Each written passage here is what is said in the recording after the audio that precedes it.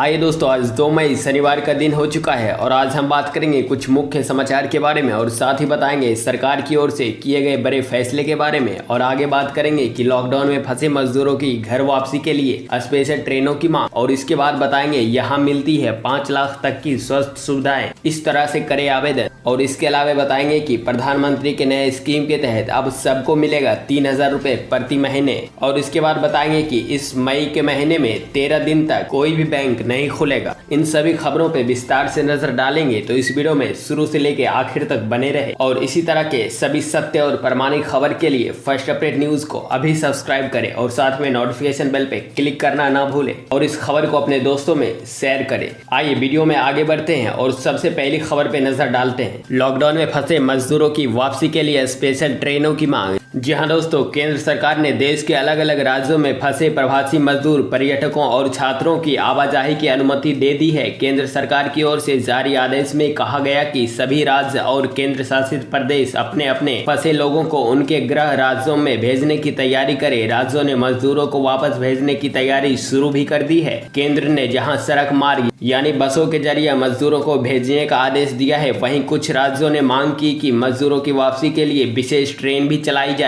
वहीं बिहार, पंजाब, तेलंगाना और केरल ने केंद्र सरकार से लोगों को लाने के लिए विशेष ट्रेन चलाने की मांग की है। राज्य ने कहा कि लोगों की संख्या काफी है, ऐसे में बसों से इन लोगों को घर तक पहुंचाने में काफी समय लग जाएगा। और साथ ही बताया कि इसके साथ संक्रमण होने का भी खतरा काफी ज्यादा बढ़ जाएगा, क्योंकि कई राज्य से होकर आना जाना पड़ सकता है और जाने वाली की संख्या 35 लाख है। तो ऐसे में अगर बस से जाएंगे तो संक्रमित होने का खतरा बढ़ जाएगा, इसलिए सरकार से विशेष ट्रेन चलाने की मांग कर रही है। आइए अगली खबर पे बात करते हैं। यहाँ पर निःशुल्क मिलती है हर 5 लाख तक की स्वास्थ्य सुविधाएं, इस तरह से करे आवेदन। जी हाँ दोस्तों, अगर आपको स्वास्थ्य सुविधाएं चाहिए तो यहाँ पे आपको 5 लाख तक का मुफ्त स्वास्थ्य सुविधाएं दी जा रही है। आइए बताते हैं कि आपको इसके लिए कैसे आवेदन करना पड़ सकता है। देश के निम्न आय वर्ग को निःशुल्क स्वास्थ्य सेवाएं प्रदान करने के लक्ष्य को ध्यान में रखते हुए हर साल 30 अप्रैल को आयुष्मान भारत दिवस मनाया जाता है। आयुष्मान भारत दिवस के अवसर पर केंद्र सरकार द्वारा देश के निम्न आय वर्ग वाले परिवार को निःशुल्क स्वास्थ्य सुविधाएं प्रदान करने के लिए शुरू की गई आयुष्मान भारत योजना को अब 2 साल बीत चुके हैं। इस योजना के तहत देश के निम्न आय वर्ग के परिवार को हर साल 5 लाख रुपए तक की व्यवस्था सुविधाएं निःशुल्क मुहैया कराया जाता है। इस योजना के अंतर्गत गंभीर बीमारियों का भी इलाज होता है और साथ ही बीमा कवर में शामिल किया जाता है। विश्व का सबसे बड़ा गवर्नमेंट फंडेड इंश्योरेंस प्रोग्राम है। दावा किया जाता है कि यह योजना से देश के 50 करोड़ लोगों को फायदा मिलेगा। तो आइए बताते हैं कि इसके लिए आप घर बैठे आवेदन कैसे कर सकते हैं। सबसे पहले ग्राहक को ABPM की अधिकारित वेबसाइट पर जाना होगा। उसके बाद I am eligible पर क्लिक करना होगा। देन उसके बाद अब आपको आगे की प्रक्रिया के लिए साइट पर लॉगिन करना होगा। उसके बाद अब अपना मोबाइल नंबर का कैप्चा कोड डालना होगा। इसके बाद आपके नंबर पे एक OTP आएगा, उसको वहाँ पे फिल करना होगा। उसके बाद अब आपको अपना राज्य चुनना होगा। उसके बाद राशन कार्ड नंबर या फिर मोबाइल नंबर को वहाँ पे सर्च करना होगा। आपका परिवार इस योजना के अंतर्गत कवर होगा या नहीं, सभी सुविधाएं वहां पे आपको दिखा देगा। उसके बाद ग्राहक आयुष्मान भारत योजना के नंबर पे आप कॉल भी कर सकते हैं। नंबर आप नोट कर ले, नंबर है 14555 या फिर 1800111565। इस नंबर को आप नोटपैड में नोट कर ले या फिर इस वीडियो को स्टॉप करके इसका स्क्रीनशॉट ले ले। इस पर आप कॉल करके परिवार की योजना के अंतर्गत कवर होने वाली राशि की जानकारी प्राप्त कर सकते हैं। उसके बाद अगर आप इस योजना के अंतर्गत कवर होने योग्य हैं तो आपको ई-कार्ड प्राप्त करना होगा। इसके लिए आपको PMJK कियोस्क जाना होगा, जहां आधार कार्ड या राशन कार्ड के जरिए आपकी पहचान वेरीफाई होगी। देन उसके बाद परिवार पहचान से जुड़े दस्तावेज भी दिखाने की आवश्यकता होगी। इस दस्तावेज में सदस्यों की सरकार द्वारा प्रमाणित सूची, PM लेटर या फिर RSBY कार्ड भी शामिल हो सकते हैं। इसके बाद AMPM ID के साथ एक प्रिंटेड ई-कार्ड मिल जाएगा। उसके बाद इस ID को आवश्यकता पड़ने पर योजना का लाभ उठा सकते हैं। आइए अगली खबर पे बात करते हैं। प्रधानमंत्री श्रम योगी मनधन योजना कैसे करें आवेदन, किन्हें मिलता है इसका फायदा, आइए सब कुछ विस्तार में बताते हैं। प्रधानमंत्री श्रम योगी मनधन योजना असंगठित क्षेत्र के कामगारों के लिए है। इसमें घर में काम करने वाले, निर्माण कार्य करने वाले मजदूर, कोरा बिनने वाले मजदूर, बीड़ी बनाने वाले मजदूर, हथकरघा, रेड्डी चलाने वाले, दुकानदार, ड्राइवर, प्लम्बर, दर्जी, मिड डे मील वर्कर, रिक्शा चालक, कृषि कारागार, मोची, धोबी, चमार आदि शामिल हैं। इस योजना में शामिल लोगों को 60 साल की उम्र से 3,000 रुपए की मासिक पेंशन मिलेगी। व्यक्ति पेंशन खाते में जितना योगदान करेगा उतना ही योगदान सरकार की ओर से भी किया जाएगा। इसमें पारिवारिक पेंशन का भी प्रावधान है। जीवन साथी की असमय मौत पर यह प्रावधान लागू हो जाएगा। नजदीकी CSC का पता लगाने के लिए LIC, ESIC और EPFO के ब्रांच ऑफिस के अलावा केंद्र और राज्य सरकार के श्रम कार्यालय जा सकते हैं। श्रम योगी मनधन योजना के लिए कैसे खुलवा सकते हैं खाता, कौन बन सकता है इस योजना का हिस्सा, आइए विस्तार से आपको बताते हैं कि कैसे आप इसके लिए आवेदन कर सकते हैं। तो सबसे पहले वह व्यक्ति असंगठित क्षेत्र में काम करता हो। दूसरा,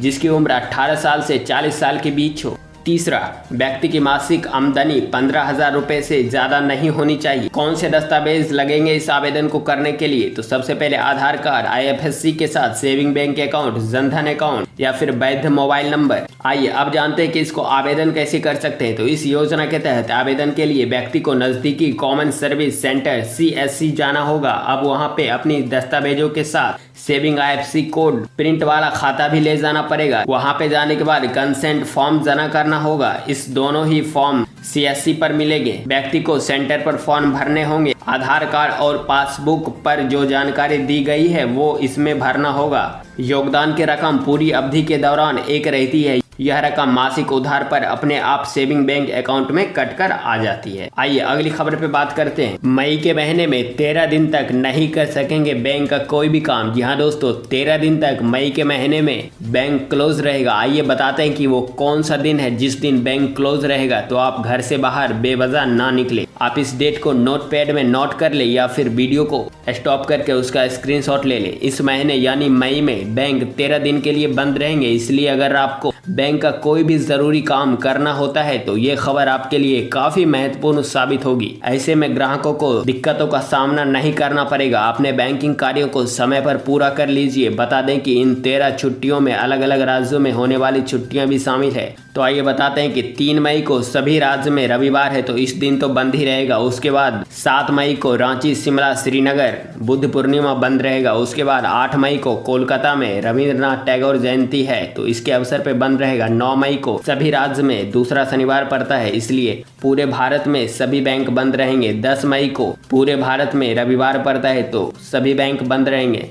17 मई को पूरे भारत में रविवार पड़ता है तो इस दिन भी बैंक बंद रहेंगे। 21 मई को जम्मू और श्रीनगर में ईद के अवसर पर बैंक बंद रहेंगे और 22 मई को जम्मू और कश्मीर में भी ईद के अवसर पर बैंक बंद रहेंगे और 23 मई में पूरे भारत में चौथा शनिवार पड़ता है तो इसके अवसर पे भी बैंक बंद रहेंगे और 24 मई को फिर से रविवार पड़ता है तो पूरे भारत में बैंक बंद रहेंगे और 25 मई को कोची और तिरुवनंतपुरम के अतिरिक्त सभी राज्य में ईद के अवसर पे पूरे भारत में बैंक बंद रहेंगे। 31 मई को सभी राज्य में रविवार पड़ता है तो पूरे भारत में भी बैंक बंद रहेंगे। तो दोस्तों ये काफी बड़ी और अहम खबर निकल के आई है कि आखिरकार मिल ही गया कोरोना का तो दुनिया के लिए संजीवनी का काम करेगा। जी हाँ दोस्तों, आइए इस खबर पे विस्तार से बताते हैं कि कोरोना ने इस समय दुनिया में करीब 200 से ज्यादा देश कोरोना बीमारी से जूझ रहे हैं। पिछले साल चीन में पैदा हुई इस महामारी ने 2,28,000 से भी ज्यादा लोगों की जान ले चुकी है। वैज्ञानिक दिन रात एक करके इस महामारी का तोड़ ढूंढने में लगे हुए हैं, लेकिन अभी तक सिर्फ इस पर रिसर्च जारी है। हालांकि इस बीच अमेरिकी वैज्ञानिक ने एक ऐसी खबर दी है जिसके बाद यह कहा जा रहा है कि कोरोना वायरस का खात्मा करने के लिए एक संजीवनी मिल गई है। अमेरिकी वैज्ञानिक इबोला की दवा रेमडेसिविर को कोरोना से लड़ने का कारगर हथियार बता रहे हैं। इस दवा के बारे में जानकारी देते हुए अमेरिकी राष्ट्रपति डोनाल्ड ट्रंप ने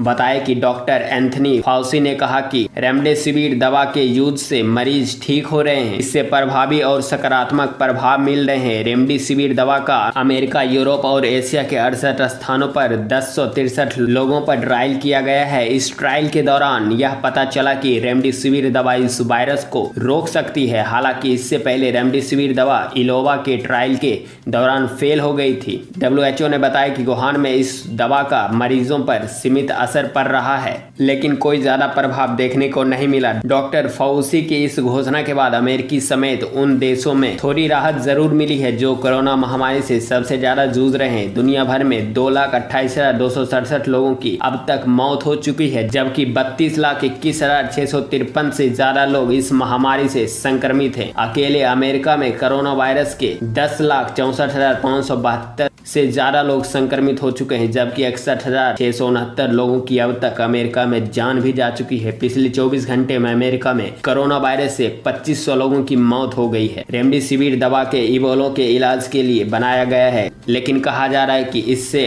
और भी कई तरह के वायरस मर सकते हैं। तो दोस्तों, ये इस महामारी के दौर में ये रामबाण साबित होगा। अगर ये रेमडेसिविर दवा काम करता है तो हम लोगों के लिए काफ़ी अच्छी खबर हो सकती है। तो आगे देखते हैं, इस पे जो भी अपडेट आएगा तो आपको फर्स्ट अपडेट न्यूज़ पे सबसे पहले दिखाया जाएगा। आइए अगली खबर पे बात करते हैं। आदमी ने अपने ही परिवार के 6 लोगों को मार डाला। जी हाँ दोस्तों, लॉकडाउन के दौरान लखनऊ के बथरा इलाका में यहाँ एक गांव पड़ता है गुंडेली के नाम से। वहाँ पे 1 अप्रैल के दिन यहाँ रहने वाले एक आदमी ने अपने परिवार के 6 लोगों की हत्या कर दी। फिर खुद ही पुलिस थाने पहुँचा और गुनाह कबूल कर लिया। रिपोर्टर्स के मुताबिक आदमी का नाम अजय सिंह 26 साल का है। अपने पिता, माँ, भाई, भाभी, भतीजा, भतीजी की हत्या की। पीटीआई की रिपोर्ट के मुताबिक हत्या का कारण प्रॉपर्टी को लेकर चल रहा विवाद बताया गया है। जिनकी हत्या हुई है उनमें 60 बरस का अमर पिता, 55 साल की राम रखी माँ, 40 बरस का उसका भाई अरुण और 35 साल की राम दुलारी उसकी भाभी और 7 साल का भतीजा और 2 साल की भतीजी शामिल है। पुलिस मामले की जांच कर रही है। तो इस पे जैसे ही कोई अपडेट आता है तो सबसे पहले आपको फर्स्ट अपडेट न्यूज़ पे पता चलेगा। तो दोस्तों, आज की इस महत्वपूर्ण और काम की खबर में इतना ही। मुझे उम्मीद है कि आपको वीडियो पसंद आया होगा, तो इसको अपने दोस्तों में ज़्यादा से ज़्यादा शेयर करें और इस वीडियो को लाइक करें। अभी तक आपने फर्स्ट अपडेट न्यूज़ को सब्सक्राइब नहीं किया है तो अभी सब्सक्राइब करें, क्योंकि यहाँ पे दिखाया जाता है आपको सबसे सत्य और प्रामाणिक खबर। तो मिलते हैं आपसे कल इसी तरीके के महत्वपूर्ण और काम की खबर में। तब तक के लिए गुड बाय।